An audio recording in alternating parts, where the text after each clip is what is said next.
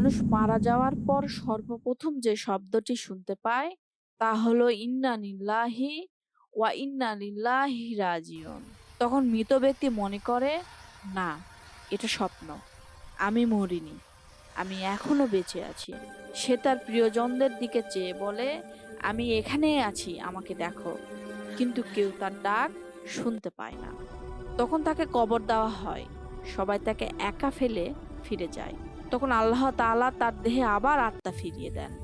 আত্মা ফিরে আসার পর সে ভাবে, আলহামদুলিল্লাহ, খারাপ স্বপ্নটা শেষ হয়েছে।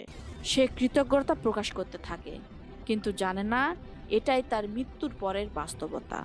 তারপর সে অনুভব করতে থাকে, নিজের শরীর বলে, আমি তো বিছানায় ছিলাম, এটা কোথায়? এখানে এত অন্ধকার কেন? এত মাটির গন্ধ কেন? আমি সাদা কাপড়ে মোড়ানো কেন? তখনই সে বুঝতে পারে সে আর জীবিত নয়, সে মৃত। এবং আজ শুরু হলো তার কবরের প্রথম রাত।